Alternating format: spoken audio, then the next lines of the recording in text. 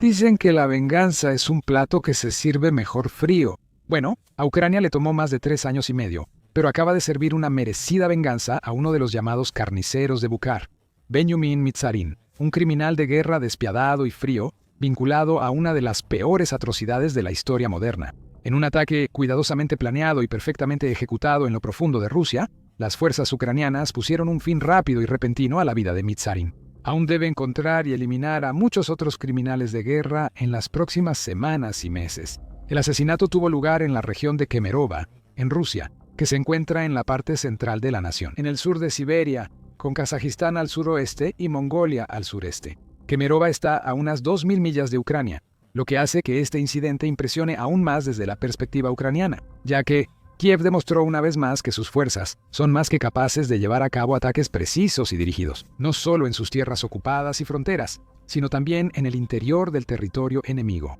El 25 de octubre, un auto circulaba en algún lugar de esta lejana región de Rusia. El criminal de guerra Benjamin Vladimirovich Matsarin conducía.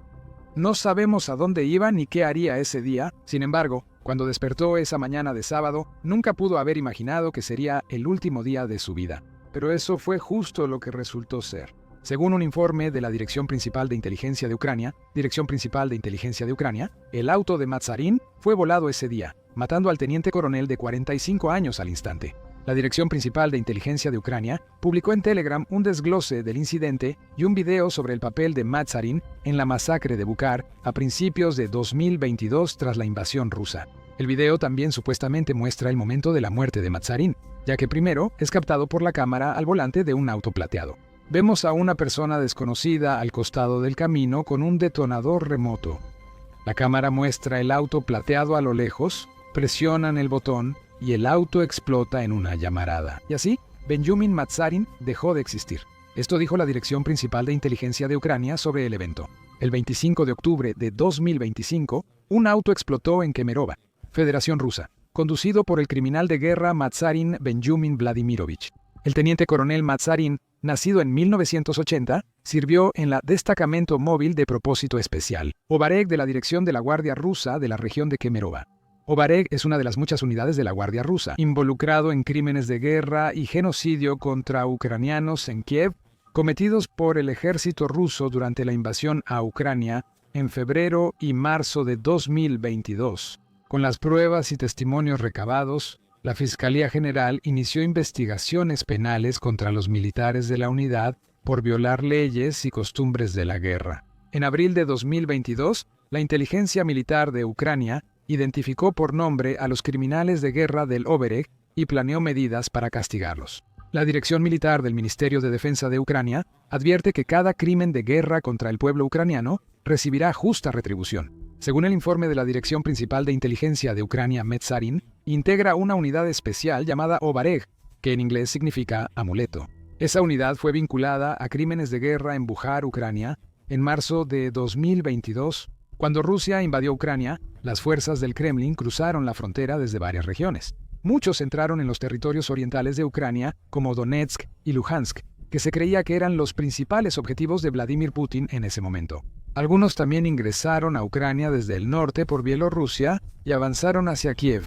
Una gran columna de vehículos militares rusos cruzó la frontera hacia Kiev para izar la bandera rusa en el corazón de Ucrania. Kiev está a decenas de millas de Bielorrusia, por lo que las fuerzas rusas debieron avanzar por varios pueblos y ciudades rumbo a la capital. Bucha fue una de esas ciudades hogar de unas 37.000 personas antes de que comenzara la guerra. Bucha era una ciudad relativamente pequeña y tranquila, de la que muy pocas personas fuera de Ucrania habían oído hablar. Pero para finales de abril de 2022 todo el mundo conocería su nombre.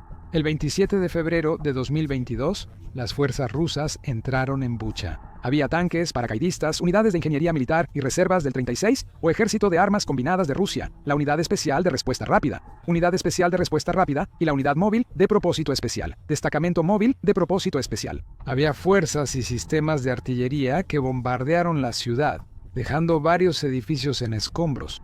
Bucha era pequeña y no podía resistir a esa fuerza. A los rusos les tomó menos de 2 semanas capturar la ciudad. Todavía hubo muchos combates de ida y vuelta durante ese tiempo, con los residentes locales de Bucha participando en la lucha. Además, arrojaron cócteles Molotov caseros a los invasores y quemaron varios vehículos enemigos. Ucrania logró evacuar parcialmente la ciudad a inicios de marzo, trasladando a cientos de mujeres y niños en tren y autobús. Sus fuerzas terrestres hicieron todo para rechazar a los invasores el mayor tiempo posible. Sin embargo, a medida que la ciudad fue sometida a bombardeos cada vez más intensos y las unidades rusas tomaron el control de todas las carreteras principales de la zona, lo inevitable ocurrió, y Bucha cayó bajo el control del Kremlin el 12 de marzo. Ucrania no estaba dispuesta a rendirse en la ciudad y pronto planeó una contraofensiva en la zona. A finales de mes, Bucha regresó a manos ucranianas y los rusos se retiraron. Por un breve instante, esto parecía ser una victoria significativa para las fuerzas de Ucrania. Desafortunadamente, en los días que siguieron, el horror completo de lo que había sucedido en la ciudad se iría revelando lenta, pero seguramente, con millones de personas en toda Ucrania y el mundo entero, llorando por lo que veían.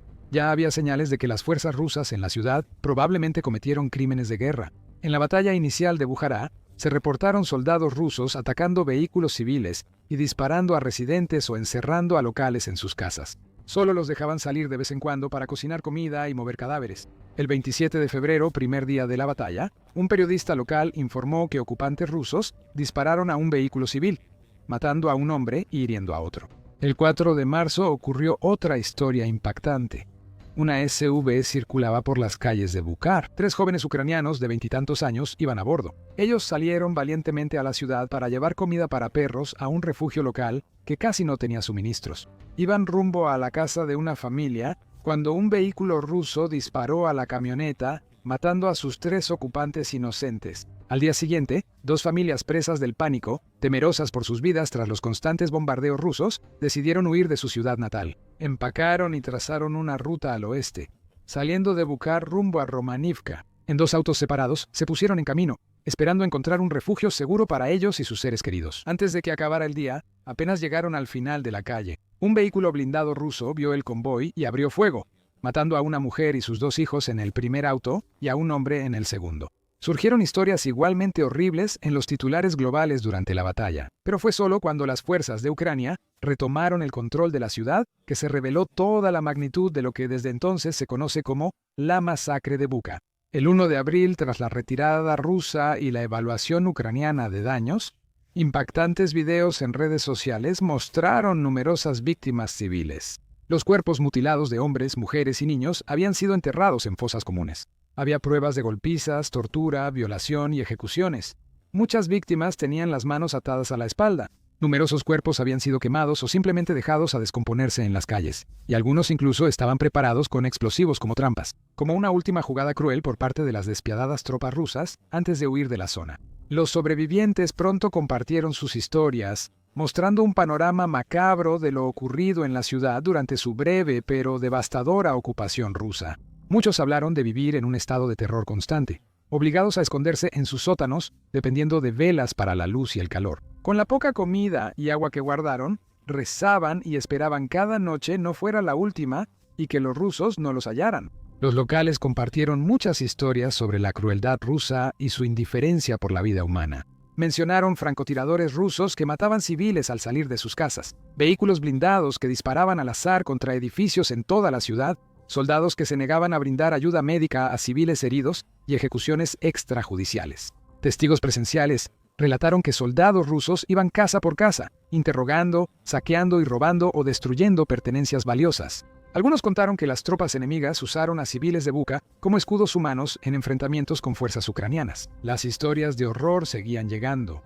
Reportes de mujeres y niñas secuestradas, encerradas y abusadas, muchas quedando embarazadas, además de relatos de tortura y asesinatos sistemáticos. Un residente entrevistado por los reporteros repitió lo que muchos de sus vecinos sobrevivientes habían declarado. Era un sistema. Estaban matando gente de manera sistemática. Escuché personalmente a un francotirador presumir que mató a 2 personas que vio en ventanas de departamentos. No había motivo ni justificación militar para matar. Solo torturaban civiles. En otras calles la gente fue realmente torturada. Fueron encontrados con las manos atadas detrás de la espalda y con un disparo en la parte trasera de la cabeza. Rusia intentó negar cualquier acusación de crímenes de guerra, pero la evidencia es clara. y había una cantidad extraordinaria de evidencia de la masacre, confirmada no solo por los residentes, sino también por reporteros de todo el mundo, quienes visitaron Bucha y vieron con sus propios ojos los cuerpos en las calles y la devastación en toda la ciudad. Las grabaciones de video también mostraron claramente varios casos de soldados rusos ejecutando a civiles y vehículos blindados rusos, abriendo fuego contra personas inocentes. Esta evidencia fue analizada y verificada por fuentes independientes y medios internacionales. Quizá nunca sepamos cuántos civiles inocentes fueron torturados y asesinados injustificadamente en la masacre.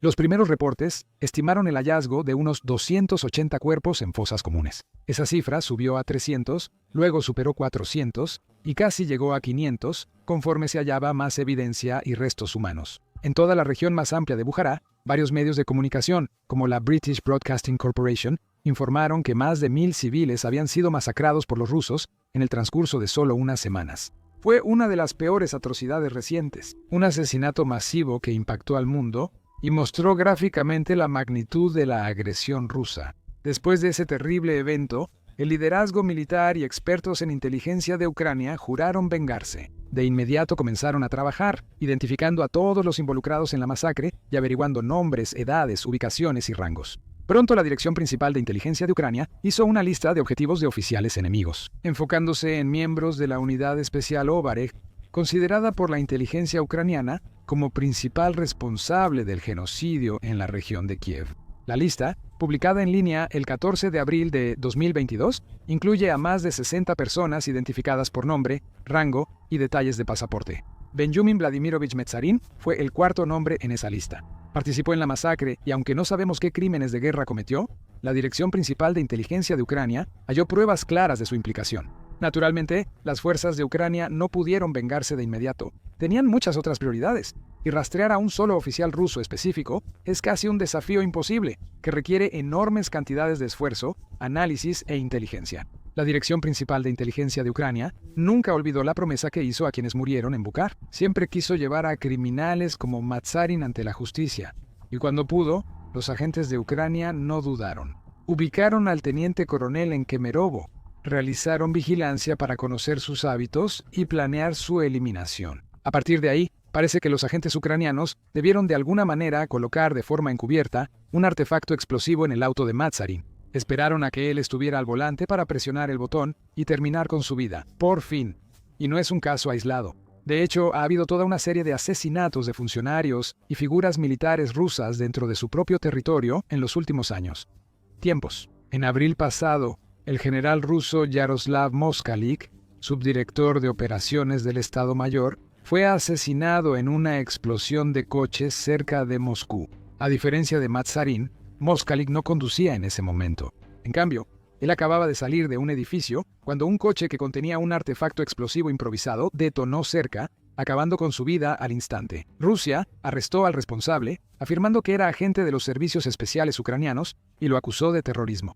Y aunque Ucrania nunca asumió realmente la responsabilidad de este incidente, ciertamente hay una gran probabilidad de que sus agentes estuvieran involucrados de alguna manera. Unos meses antes de ese incidente, otro general ruso, Igor Kirillov, también fue asesinado por una bomba detonada a distancia que había sido colocada en un scooter eléctrico estacionado afuera de un edificio de apartamentos en Moscú. Como Matsarin, Kirillov tampoco era de carácter amable o noble. Lideraba las fuerzas de protección nuclear, biológica y química de Rusia, y se creía que autorizó el uso de armas químicas ilegales contra Ucrania. Según un informe del Departamento de Estado de Estados Unidos, Kirillov aprobó el uso de cloropicrina, un agente asfixiante usado en la Primera Guerra Mundial y prohibido en 1993 por la Convención sobre Armas Químicas. Fuentes ucranianas reportan que más de 2.000 soldados fueron hospitalizados y 3 murieron por ataques químicos ordenados por Kirillov.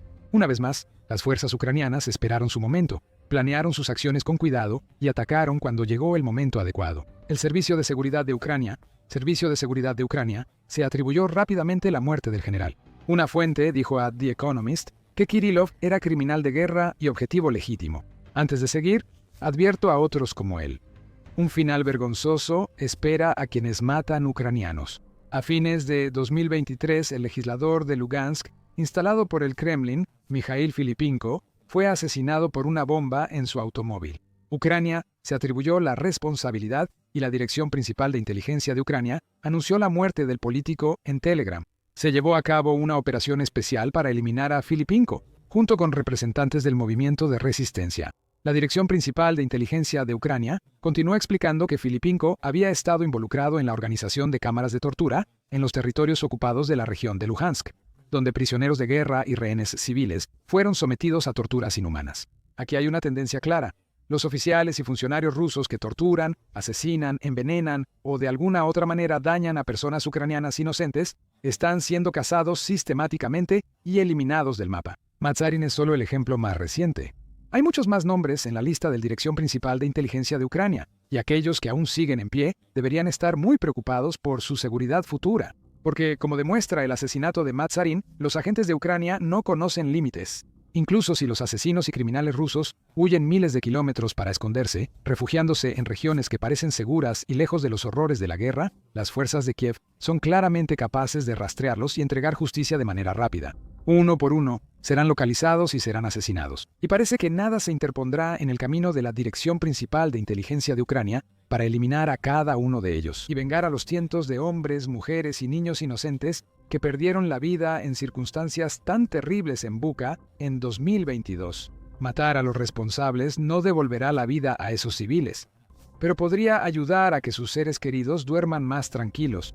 Infórmese sobre la guerra entre Rusia y Ucrania en este video. Analiza cómo los ataques precisos de Kiev a refinerías e infraestructura en regiones rusas han causado una crisis de la que el Kremlin quizá no se recupere. O bien, consulte nuestro análisis detallado de pruebas irrefutables que muestran cómo la situación del conflicto está cambiando a favor de Ucrania, tal vez facilitando que las fuerzas de Kiev recuperen todo el territorio perdido hasta ahora. Para asegurarte de no perderte más noticias de última hora y desarrollos importantes de la guerra entre Rusia y Ucrania y otros conflictos globales, asegúrate de hacer clic en el botón de suscribirte y activar las notificaciones. Y gracias como siempre por vernos.